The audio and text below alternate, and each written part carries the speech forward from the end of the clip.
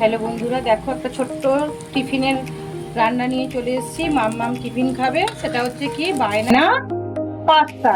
তোমরা দেখে নাও পাস্তাটা কিভাবে আমি রান্না করছি, দাঁড়িয়ে দেখে নাও। হ্যাঁ, একটু পরে আমি দিয়ে দেবো, বানিয়ে নি।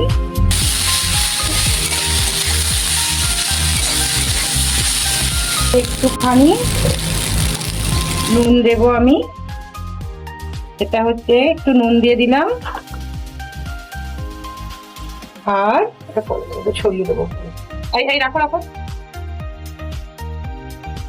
এই দেখো, এখানে দাঁড়িয়ে দাঁড়িয়ে দুষ্টুমি করছে। কি করি বলো, ও দুষ্টুমিটা প্রচুর করে।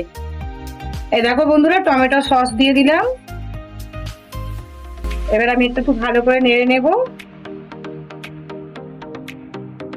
খুব সিম্পলের মধ্যে করে দিচ্ছি, কারণ আমি এখন জাং করতে পারছি না, কারণ আমার শরীরটা ভালো নয়। মাম্মাম তার মধ্যে বায়না করছে, ওই জন্য আমি খুব ছোট্ট সুন্দর করে বানিয়ে দিচ্ছি যাতে। এবার আমি এর মধ্যে একটু মশলা ছড়িয়ে দেবো, দিলাম। দিয়ে এটাকে একটু নেড়ে চেড়ে নেবো আমি।